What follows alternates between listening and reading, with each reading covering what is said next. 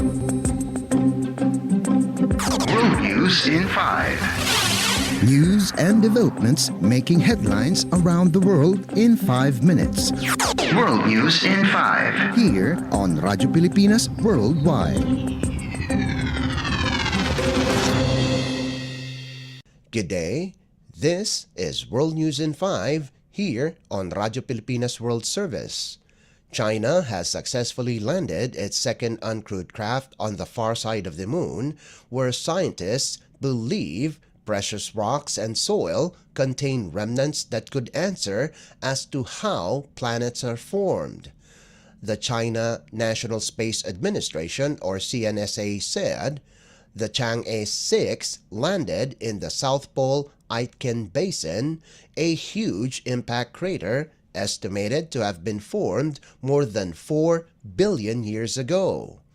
Chang'e 6 mission is to collect samples from the crater on the south pole of the moon, and if successful, it will be the first time in the history of mankind. The successful landing of the probe is in itself a huge accomplishment, as no other country has ever landed a craft in the region, as the far side is permanently facing away from Earth. Upon its successful return, Chinese scientists will be given the chance to analyze the samples first, and later on, researchers from around the world will also be given the opportunity to examine the precious samples. World News in 5. Here on Radyo Pilipinas Worldwide. North Korea has yet again launched hundreds of balloons towards South Korea, carrying trash in what Pyongyang said is a retaliation for the South's activists promulgating anti-North flyers inside their borders. South Korea's Joint Chiefs of Staff said around 600 balloons have been found in different areas of South Korea over the weekend, carrying cloth fragments, waste paper, vinyl, and cigarette butts, but no hazardous materials were found. No injuries nor damage has been reported, but the military advised people to be on alert for falling objects or debris and stay away from unknown objects suspected to have come from the north. The military added to report the incident to their offices instead. The latest barrage of balloons came a few days after North Korea flew some 260 balloons carrying trash and even manure, but no toxic substances were found. South Korea's military earlier said it has no intentions of shooting down the balloons, as they may contain dangerous chemicals and can cause even more damage. The military added that shooting down balloons near its borders might also send a wrong signal to the north and can cause even greater harm. World News in 5. Here on Radyo Pilipinas Worldwide.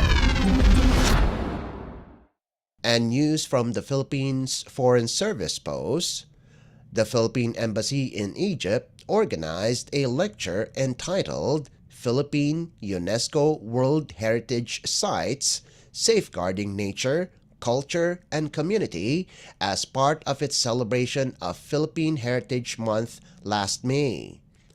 Consul Boher Kapati shared his knowledge of Philippine heritage sites conservation with around 20 attendees, which included representatives from the Ministry of Tourism and Antiquities, National Museum of Egyptian Civilization or NMEC, Grand Egyptian Museum, Coptic Museum, and the Museum of Islamic Arts Cairo, as well as some Filipino students.